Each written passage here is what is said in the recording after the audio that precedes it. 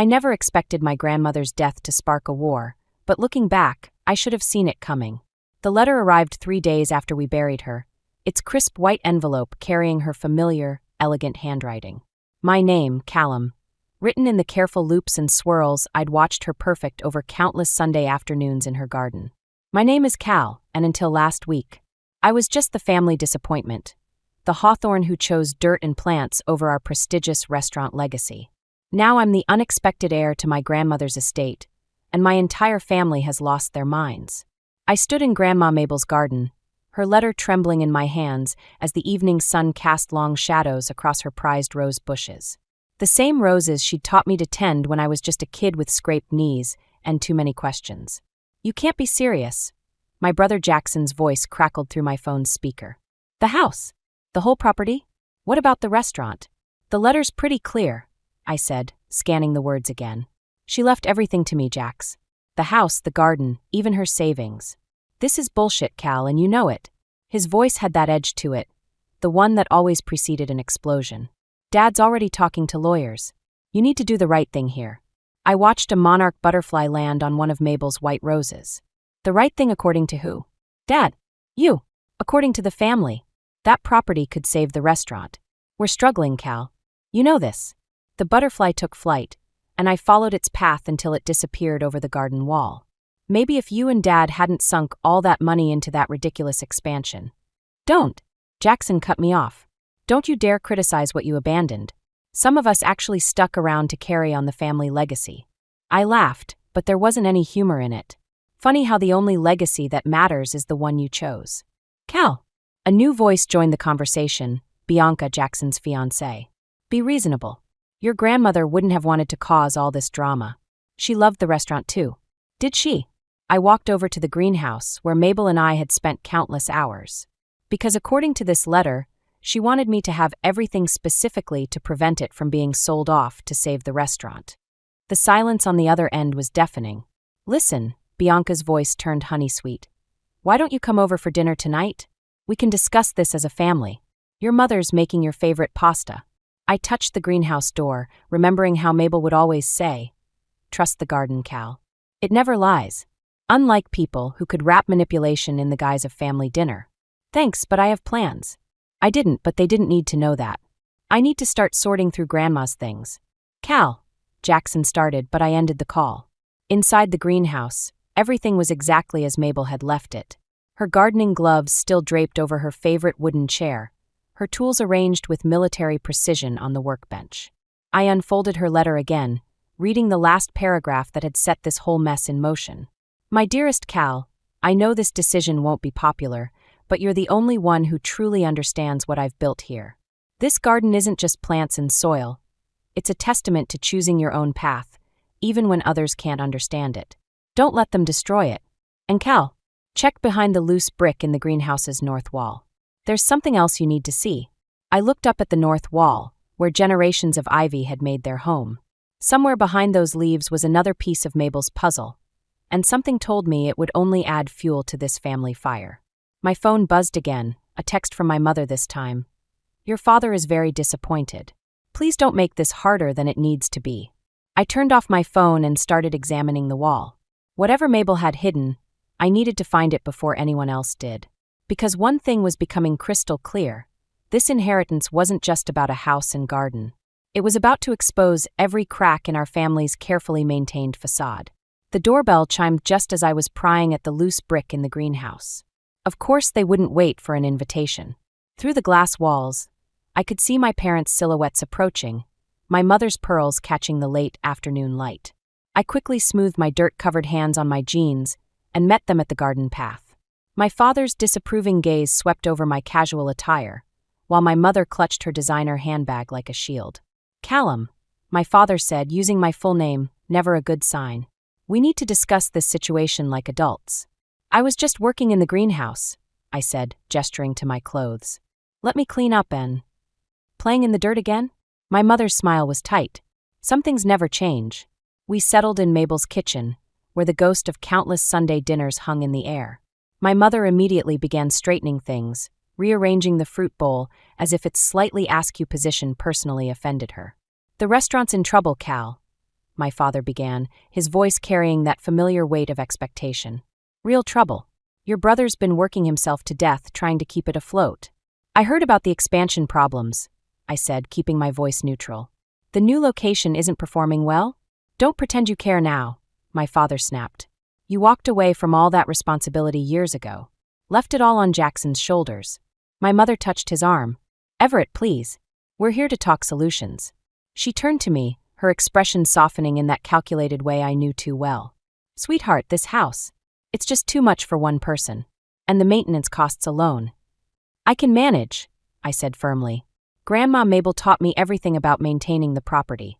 Ah yes, all those hours wasted in that garden when you should have been learning the business, my father muttered.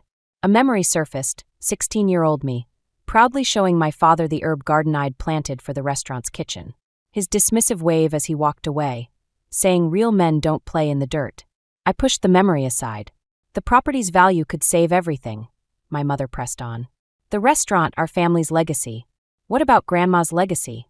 I challenged. This garden was her life's work. It's a hobby, Callum.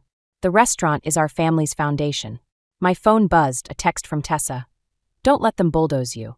Remember what Mabel always said about standing your ground. I'm not selling, I said, standing up. Grandma left this place to me for a reason. My father's face darkened. You ungrateful. Everett, my mother interrupted, her voice honey-sweet again. Cal, darling, at least look at the offer we've prepared. It's very generous. She pulled out an envelope from her bag, sliding it across the kitchen table. I didn't touch it. This isn't about money, I said.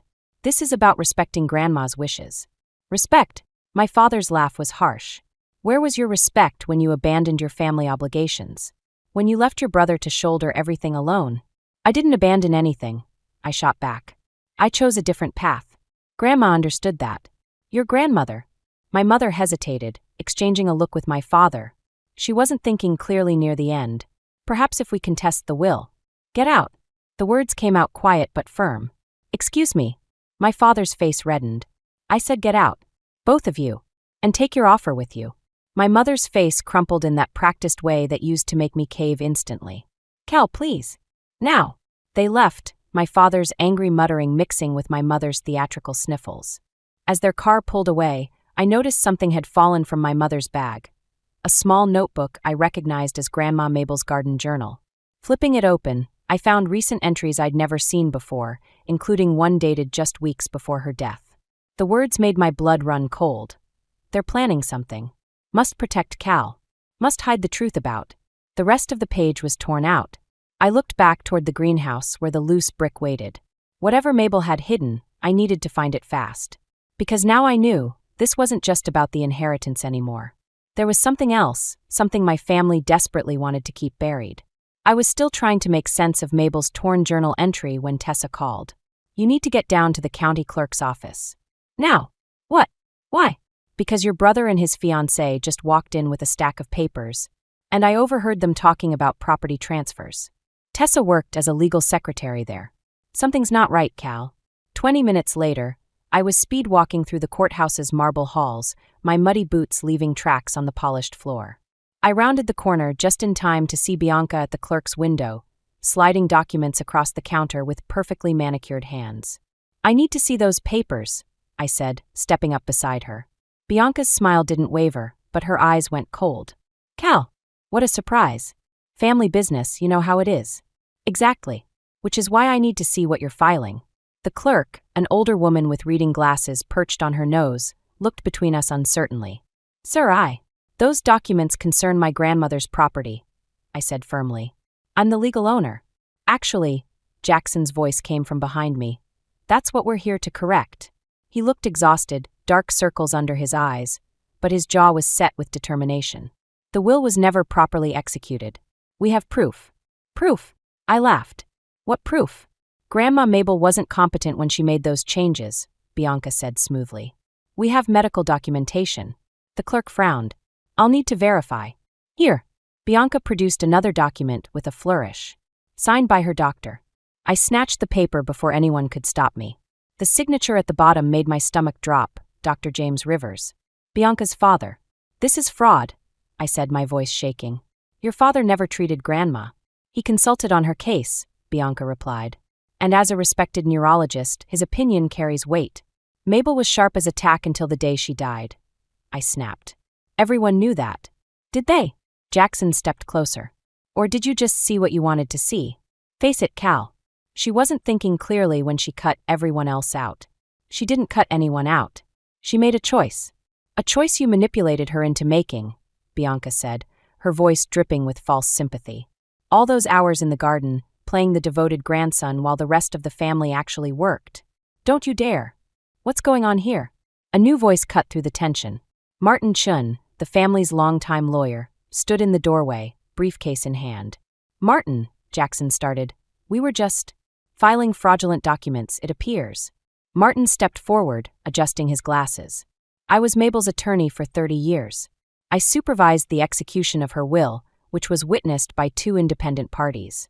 She was completely competent. Bianca's smile finally cracked. This isn't your concern. Actually, it is. Martin turned to the clerk. Please note that any attempts to transfer this property without proper authority could constitute legal fraud. I'll be filing an injunction immediately. The clerk quickly gathered the papers, stamping them with a large red suspended mark. Jackson grabbed my arm as I turned to leave. You're destroying this family. I looked at his hand, then into his eyes. No, Jax. You're doing that all on your own. Back in Mabel's garden, I finally found the loose brick and the envelope hidden behind it. Inside was a USB drive and another note. The truth about the restaurant's finances. Keep this safe. They'll try anything to hide what really happened to the money. My phone buzzed, a text from Bianca. This isn't over.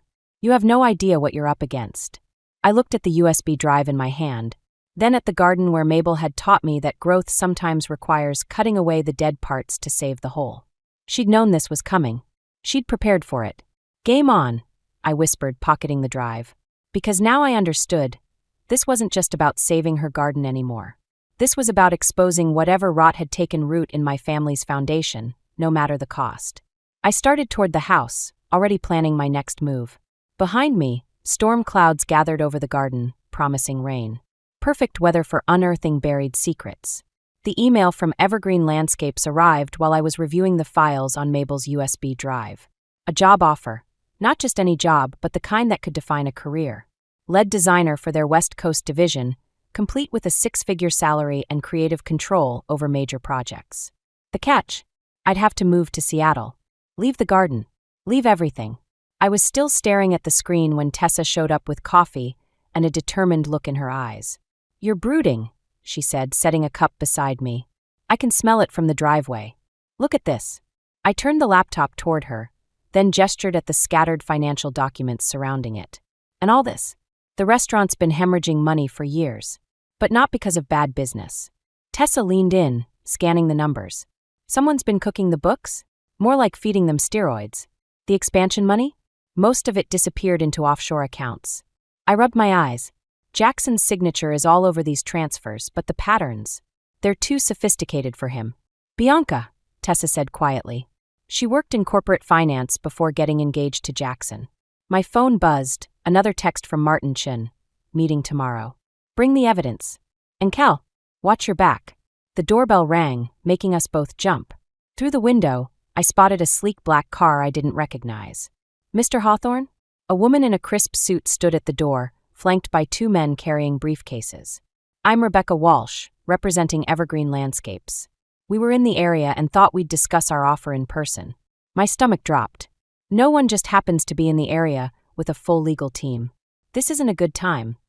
Actually, she stepped forward, it's the perfect time, especially given your current family situation. The way she said it made my skin crawl. In the kitchen, Tessa was quickly gathering the scattered documents. How did you know about that? Rebecca smiled. We do our homework, Mr. Hawthorne. We also know about the attempted property transfer today. You're fighting a losing battle here. We're offering you an exit strategy. The garden can be maintained by professionals. We'll even include it in your contract. But you need to decide quickly. She checked her watch. Before things get messy, eh? What does that mean? It means your brother's fiancé has friends in high places. The kind who can make fraud allegations stick, regardless of truth. The kind who can ensure you never work in this industry again. My hands clenched. Are you threatening me? I'm offering you protection. And an opportunity. She placed her card on the counter. You have 24 hours. Choose wisely. After they left, Tessa found me in the greenhouse, aggressively pruning Mabel's roses. Cal, stop. You're butchering them. I looked down at the mangled stems. They knew about the property transfer attempt. Hours after it happened. How? Because this was never just about the garden. Tessa picked up one of the fallen roses. Think about it. The restaurant's money laundering, Bianca's connections, this sudden job offer. They're trying to get you out of the way. But why? What's so important about this property? Tessa's eyes widened as she looked past me. Cal, the zoning maps in Mabel's files. Did you check them? I hadn't. We rushed back to the laptop, pulling up the documents. There it was, a proposed rezoning plan for the entire neighborhood, with Mabel's property at its center. Prime location for a massive commercial development. This is what they're after, I whispered. The garden's just collateral damage. My phone buzzed again, Jackson. Take the job offer, Cal. Please. While you still can. For the first time, I heard real fear in my brother's message. Whatever was happening, he was in deep. Maybe too deep. The rose in Tessa's hand had left a trail of petals on the floor. Red drops like blood, marking a path I had to choose. Run toward safety or stay and fight, knowing it might cost me everything. Mabel's voice echoed in my memory. Sometimes the hardest growth comes from standing your ground. I picked up Rebecca's card and slowly tore it in half. Call Martin, I told Tessa. Tell him to bring everything he has tomorrow. It's time to prune the family tree. Martin Chen's office felt too small for the weight of what we were discussing. The financial records from Mabel's USB drive were spread across his desk like a paper trail of betrayal, each document adding another layer to the conspiracy. They're planning to demolish the entire historic district, Martin said, adjusting his glasses. Your grandmother's property is the keystone. Without it, their development plans fall apart. And the restaurant? I asked, though I already knew the answer. A front. They've been laundering money through it for years. Your brother's signature is on everything, but, Martin hesitated. But what? The patterns match other cases I've seen. Cases involving the Rivers family's development company. My phone buzzed, a text from Jackson. Need to talk. Alone. Please. I showed Martin the message. He shook his head. Don't go. It's too risky. But I was already standing. He's still my brother. The restaurant was closed when I arrived, but the lights were on. Through the window, I could see Jackson sitting at the bar, looking older than his 34 years. You shouldn't have come, he said as I walked in. But I'm glad you did. Start talking. He poured 2 whiskeys, sliding one toward me. I never wanted any of this. The restaurant, the expansion, the development deals, it was all Dad and Bianca. I just wanted to make them proud. He laughed bitterly. To survive. You got out, Cal. You had the courage to walk away. I got trapped. So tell the truth. Help me stop them. I can't. His hands shook as he reached for his glass. Bianca's father. He doesn't just destroy businesses, Cal. He destroys lives. The front door chimed.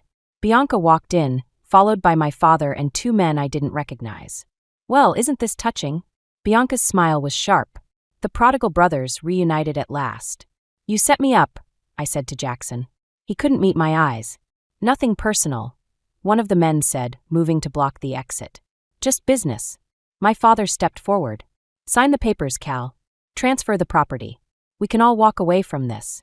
Walk away. I laughed. Like you walked away from Grandma Mabel when she refused to sell? Is that why she died so suddenly? The room went silent. Jackson's face drained of color. Careful, little brother, Bianca warned. Some accusations can't be taken back. Like money laundering? Or fraud? I pulled out my phone, showing them the screen. Everything you just said is being recorded. And live-streamed to Tessa. The bigger man started forward, but Bianca held up her hand. You're bluffing. Check your phones, I said. It should be hitting social media right about now. They all reached for their phones. In the chaos, I edged toward the door. You idiot, my father snarled. You'll destroy everything. No, I said. You did that yourself. I'm just pruning away the rot. I made it outside just as police sirens started wailing in the distance. Tessa was waiting in her car around the corner, engine running. Did you get it? I asked as I jumped in. She held up her phone, grinning. Every word. The police and FBI are on their way. Martin's meeting us at the station. As we drove away, I watched the restaurant shrink in the rearview mirror. The place that had imprisoned my brother and corrupted my family, now about to become a crime scene. My phone buzzed one last time, a message from an unknown number. Your grandmother would be proud. But this isn't over. I stared at the message, wondering if it was from Martin or someone else. Because despite everything we'd just exposed, something told me we'd only scratched the surface of what Mabel had discovered. "You okay?" Tessa asked. I thought about Jackson's haunted eyes, my father's rage, and Bianca's cold smile. About the garden waiting at home, where tomorrow I'd plant new seeds in soil enriched by everything that had died before. "No," I said honestly. "But I will be." The sirens grew louder behind us, their wail mixing with the night air like justice finally breaking free of its chains. Sometimes I realized revenge doesn't taste like victory. Sometimes it tastes like survival. The wedding invitation arrived exactly 1 month after my father's arrest. Cream-colored paper with gold embossing, like nothing was wrong. Like our family hadn't just imploded in a scandal that made headlines across 3 states. "You're not actually going," Tessa said, watching me turn the invitation over in my hands. We were sitting in Mabel's kitchen, where the morning light still couldn't chase away the shadows of recent events. "Jackson posted bail for Dad," I said. "Used everything he had left." That's not an answer. I traced the embossed letters. Despite everything, the fraud charges, the ongoing investigation, the revelations about Mabel's death, Jackson and Bianca were moving forward with their wedding. At the restaurant, of all places, my phone buzzed with a text from my mother. "He's your father, Cal. Whatever you think he did, he doesn't deserve this." Another message followed. "Jackson needs his brother there. Please don't make this harder." I laughed bitterly. Make this harder? They tried to frame me for fraud, threaten me with thugs, and possibly. I couldn't finish the sentence about Mabel. The investigation was still ongoing, but the evidence pointed to her death being far from natural. "Which is exactly why you shouldn't go," Tessa insisted. The doorbell rang. Through the window, I saw Martin Chen's car in the driveway. "It's not good," he said as soon as I let him in. "The Rivers family is pushing back hard. Their lawyers are trying to discredit the evidence, claiming it was obtained illegally. But the live stream? They're saying it was edited, manipulated." Martin looked exhausted. "And Jackson? He's changed his statement.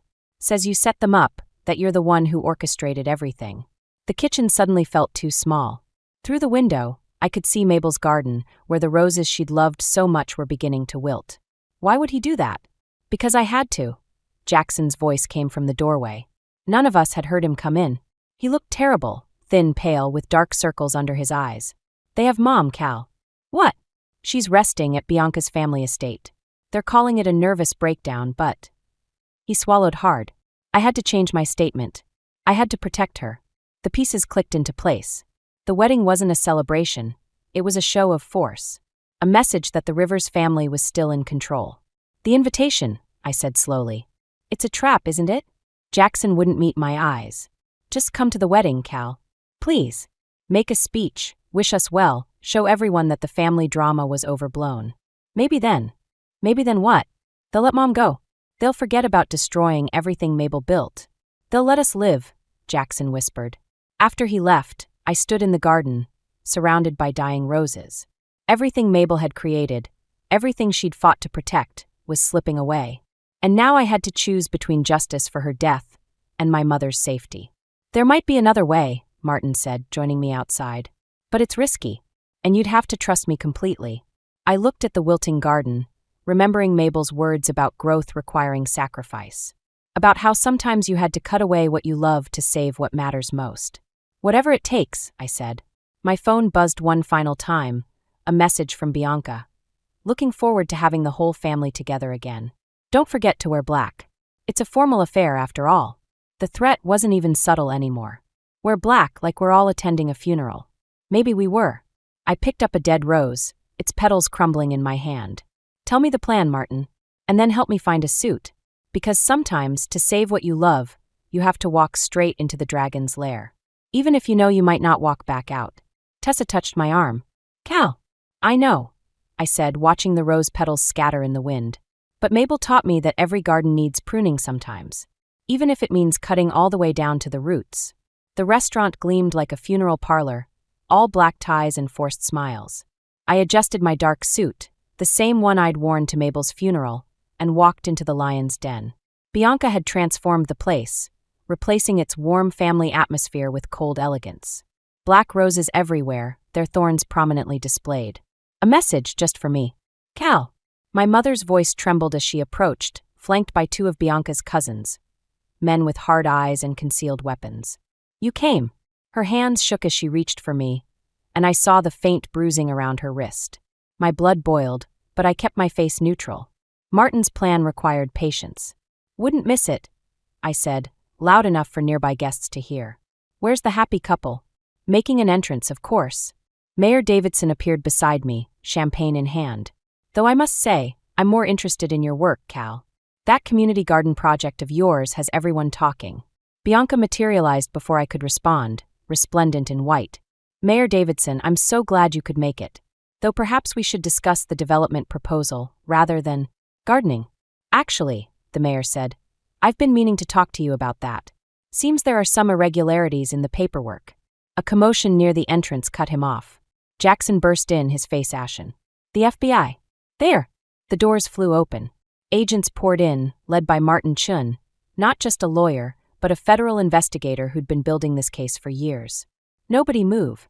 Martin's voice boomed. "We have warrants for multiple arrests." Bianca's smile turned razor-sharp.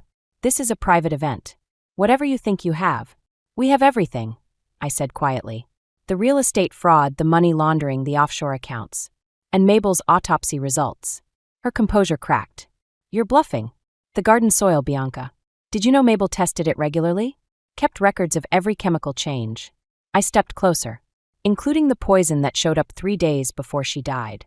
One of Bianca's cousins reached inside his jacket. 3 agents immediately drew weapons. "It's over," Martin announced. "Bianca Rivers, Everett Hawthorne, you're under arrest for conspiracy, fraud, and first-degree murder." My father, who'd been silent until now, lunged for me. "You ungrateful." Jackson caught him, surprising everyone. "Stop, Dad. Just stop." The mayor watched in shock as agents led Bianca away. "My God, I had no idea. That's why they wanted the garden gone," I said. "It held the evidence. Mabel knew what they were doing, so they killed her. But she'd already prepared her revenge." "The inheritance," Jackson whispered. "She left it to you because I was the only one who would understand the garden's secrets." I touched one of the black roses. "She taught me that every plant tells a story if you know how to read it." As the chaos unfolded, my mother collapsed into my arms, finally free from her captors. "I'm so sorry, Cal. We should have listened." "Mrs. Hawthorne," Martin interrupted gently, "we'll need your statement about your detention at the Rivers estate." I watched them lead my father away in handcuffs, saw Bianca's mask of sophistication crumble as agents read her rights. The restaurant, the source of so much family strife, would likely be seized as evidence. Jackson stood alone by the altar, his world imploding. "What happens now?" "Now!" I looked at the black roses, thinking of Mabel's garden waiting at home. "Now we start over. Plant something new. Together?" He sounded like the brother I'd once known, before ambition and greed poisoned everything. "Maybe, if you're willing to get your hands dirty." The mayor cleared his throat. "Speaking of new growth, Cal, I'd love to discuss expanding your community garden project. The city could use more of your expertise." Outside, police lights painted the night in red and blue. Inside, among the wreckage of what was supposed to be a wedding, I felt Mabel's presence. She'd known it would end this way. Not with a celebration of love, but with justice finally blooming through the cracks of our broken family. I loosened my black tie. Tomorrow, I'd plant white roses in the garden. But tonight, there was one more truth to unearth. 1 year later, I stood in Mabel's garden, my garden now, watching Jackson struggle with a particularly stubborn root. His prison-pale skin was slowly gaining color under the summer sun. "You're doing it wrong," I said, kneeling beside him. "Here, like this."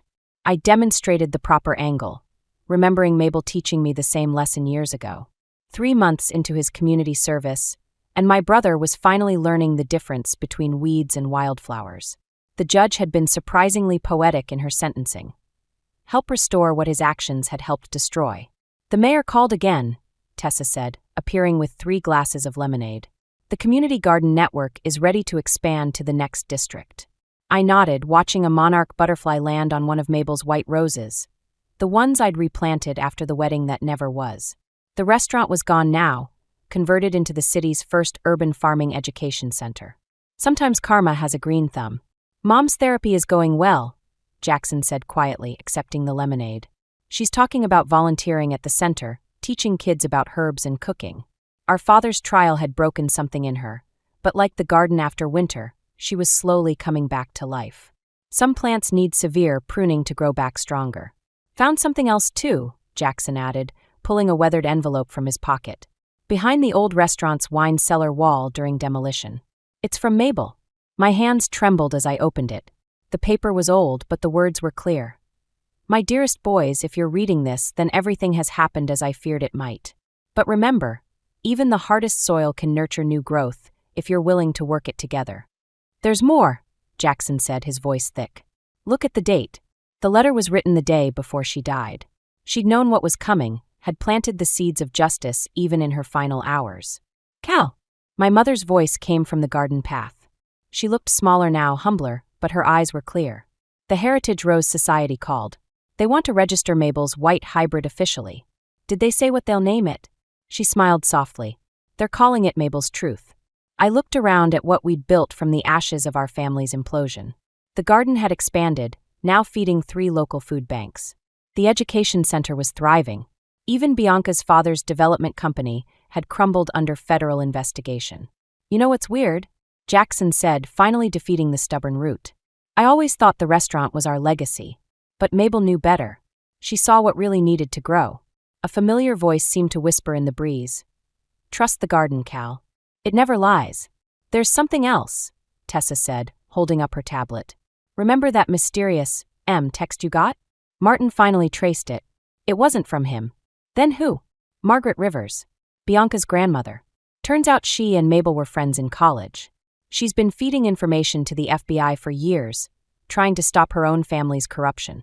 I thought about karma again, about how the truth finds its way to the surface like a determined seedling pushing through concrete. The garden needs a new section, I decided. Something to mark everything that's happened. Any ideas? Jackson stood, brushing dirt from his knees. What about a maze? But instead of walls, we use flowering vines. Something that looks complicated from the outside, but actually leads to something simple. Like truth, our mother added softly. I picked up my gardening tools, Mabel's old ones that still fit my hands perfectly. Better get started then. These things take time to grow. As we worked together under the summer sun, I realized that revenge, like gardening, isn't about destruction. It's about clearing space for something better to grow. Mabel had taught me that, in her own way, through every seed we'd planted together. The butterfly took flight, rising above the garden where our family was slowly, steadily, putting down new roots. Different from the ones we'd had before, but stronger for having weathered the storm. Sometimes the best revenge is simply growing beyond what others thought possible.